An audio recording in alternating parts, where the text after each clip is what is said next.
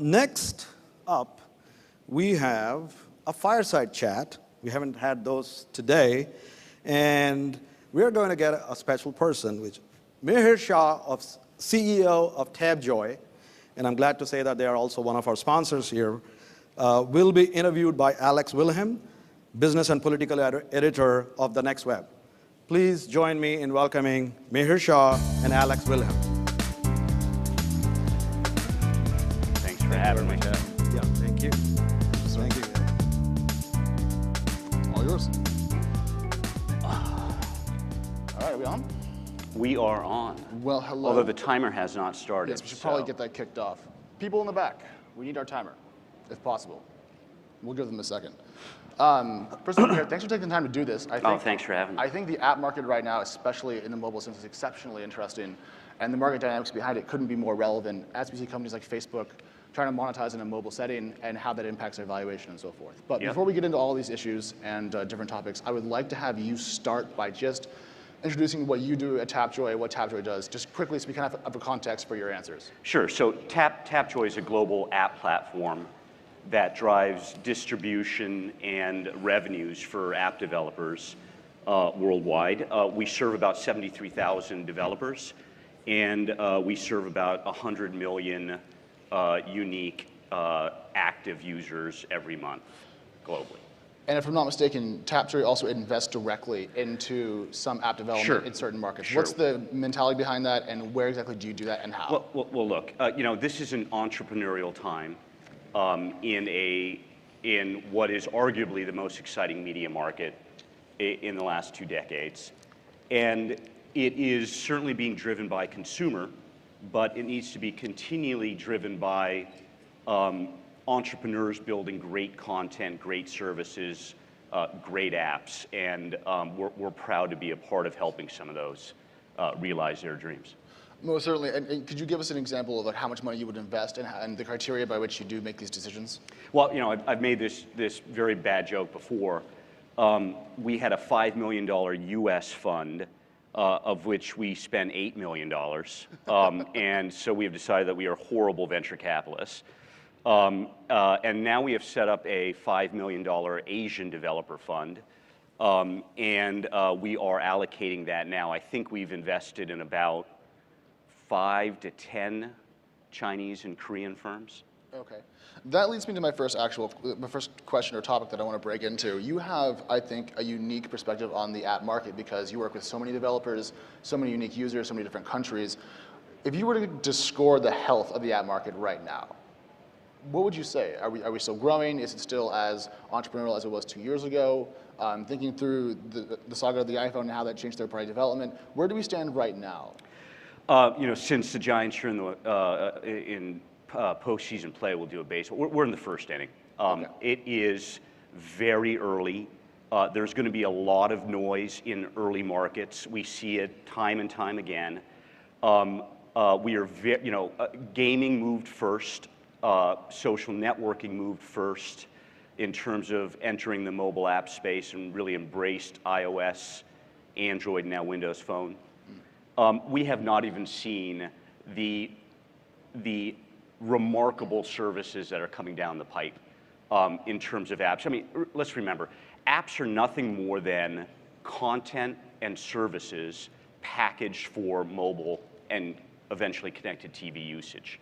So imagine the amount of utility apps, the amount of communication apps, the amount of media apps where you can, as a consumer, consume Flipboard, right? Right. So look, we are just getting started. There is going to be some ups and downs, but this is all trending up and to the right. All right, now if we're in the first inning, let's go ahead and look a few hours later in the game. What specific trends do you kind of see coming to the forefront next? If games and social networking went first, you mentioned connected TV apps, what should people have their eye out for in terms of the next wave of mobile app development, and what genres would those apps fall into? Oh gosh, that's a big question. So gaming will continue to grow globally, and we continue to be very excited about gaming. I think, in addition to the social media apps, we are going to see somewhat of a revolution in communication apps. Folks, really interesting folks like Pinger have been doing this for a while with voice and texting over IP. We're going to start seeing that more and more with video. We're going to start seeing that with collaboration tools. We are going to see a wealth of media come in, from print media to film, TV, radio. That category is very early because the first guys that came out, it was all subscription. And when you're subscription, you artificially, in my opinion, hold down your user counts because not everybody wants to pay $20 a month for something. We're going to see a pivot in media where consumers are going to be allowed to do what they want to do, which is buy the pieces of content that they want, consume those without having to take the whole thing. How many of us read the entire newspaper? Only when I'm stuck in a hotel room.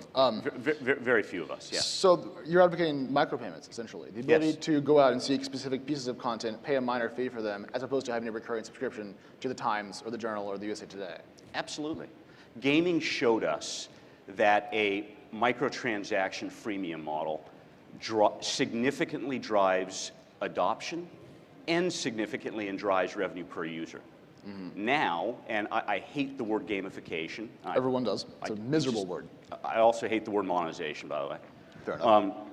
We can go through, maybe somebody can shout out a word, I'll tell you if I like it or not. We can make it bingo. I hate that word. I hate you. Right? Yeah. But gamification of other mass market, consumer market verticals is coming in freemium. So gamification of media, in a sense. So I'm going to be reading the Times. I'm going to get a pop-up. It's going to be like a little balloon, like you won 5 reads. Is that where we're going? Will it be that tacky, or will it be more sophisticated? Oh, I don't think it's tacky at all. I think how it gets implemented in terms of how many rewards points you have, or is it one commercial equals one article? I don't know. Again, It's the first inning. It'll be done in a very high quality way that respects the consumer. But those markets are larger than gaming, arguably are more ubiquitous globally. Everybody consumes news information. Everybody consumes affinity stripes of media content, whether you're a cigar aficionado or you're a runner's world. Right. Right? That's coming. Right? This just feels to me like a larger screen experience. When we talk about this sort of news consumption, for example, or media consumption, it feels more like we're talking about an iPad than an iPhone. I feel like we're talking about a larger screen size. Is that where we're going? Yes and no, right? iPad, the form factor of an iPad and similar tablets obviously drives a more engaged experience. It's just bigger, right? Right. I think we are going to see a new wave of UX around the phones that are going to make accessing and consuming content on phones even easier. Again, we are so early in this market. I mean, guys like Path, and I know they're a bit different, have just done such a phenomenal job on UX and making what could have been a very complex interaction into something very clean, simple, and wonderful. And there's a number of other examples, but that's one. Well, we're talking about apps we've all heard of and may use. Let's talk about the OMG Pop acquisition. When Zynga picked them up for, I think it was about $200 million, and they've written off, I think, $100 million of that acquisition cost on their balance sheet. Now, just for context, this is a company that had a very popular app. It's called Draw Something or Draw Anything. It became a global hit. They were picked up by Zynga, and then the app lost its user base. Yeah. So this raises a lot of issues. How do you value an application? How do you value a mobile app? What's the life expectancy of the average user for an application? I mean, these are questions that drive millions of dollars in market value. And I don't think there's things we've figured out yet. Well, first off, it's almost an impossible question to answer because it's broad, and I know what you're asking, right. and I respect the question, and I'm not going to try to totally duck it.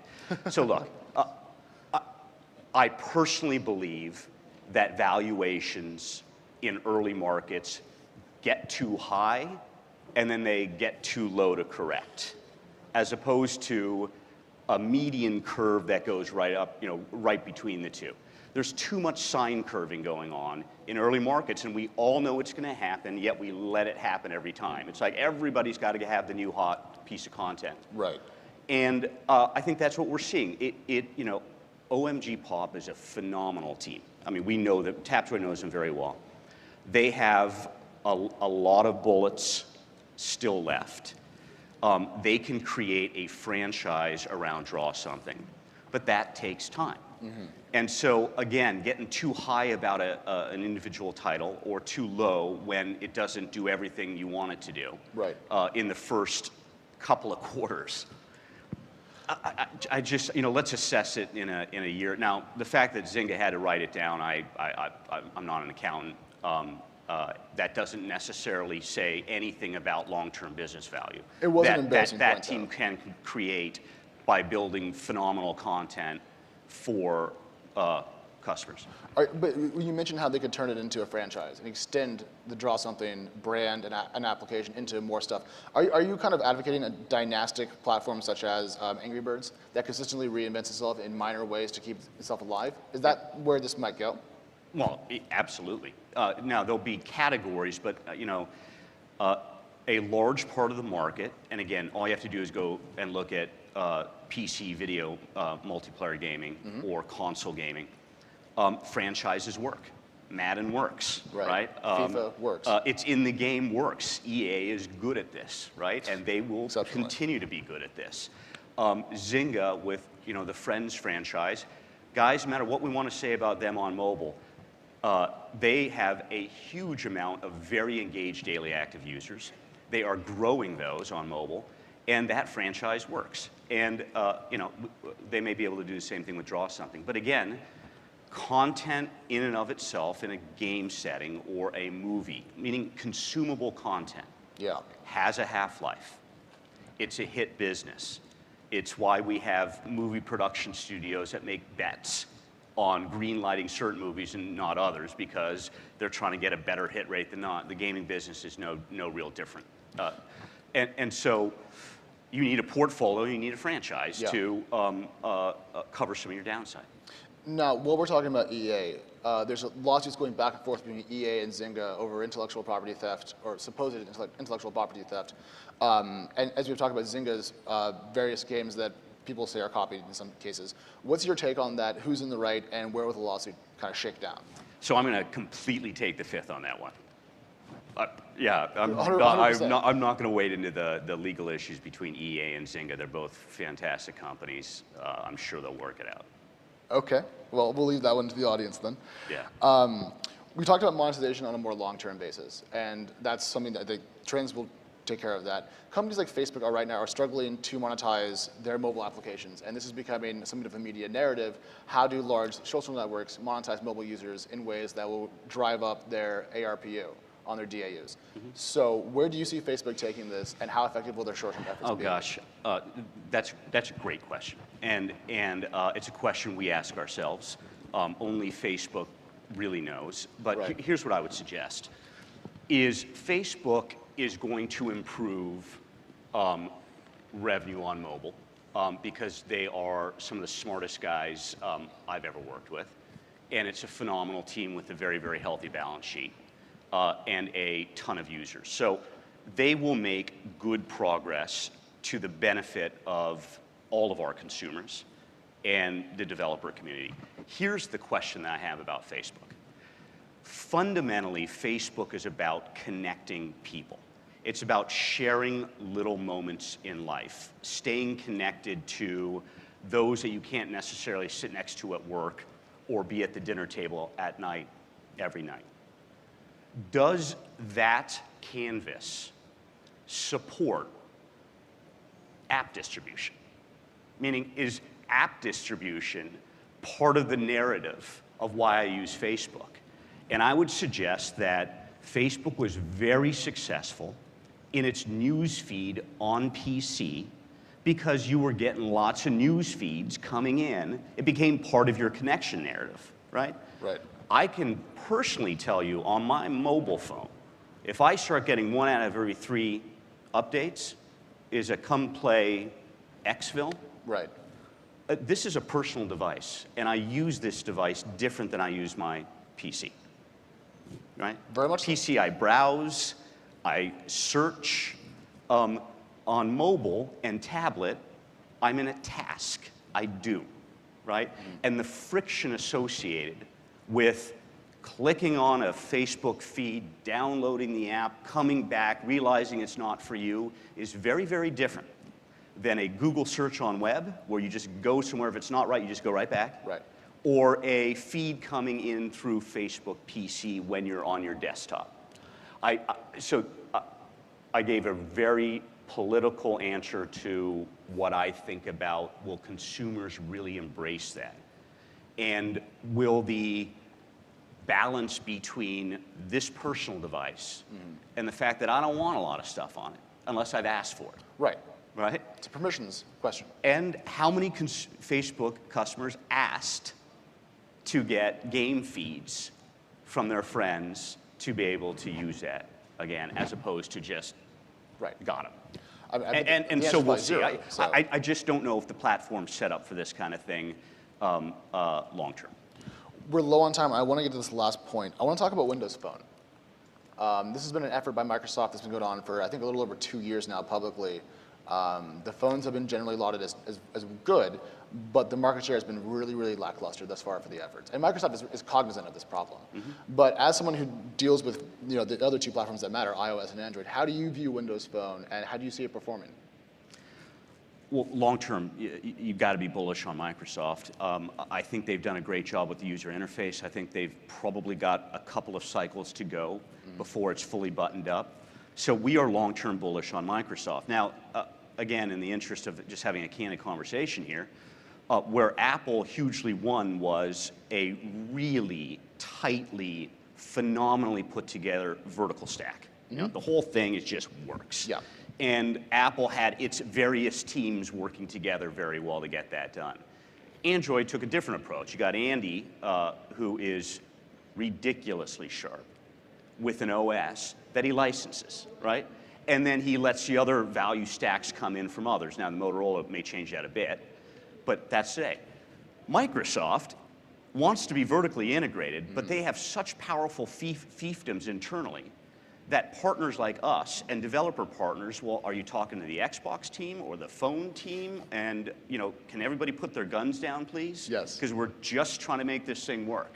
I deal with that on a daily basis working with that company. So, look, I hope they understand that the community, global community, of app developers and app platforms is accretive to the Windows Phone, and we can really help with content aggregation and then consumer penetration. All right, we're out of time. Just one quick thing. That was 20 minutes? I think it was 15. We got cut off 5 minutes early. Oh, yeah?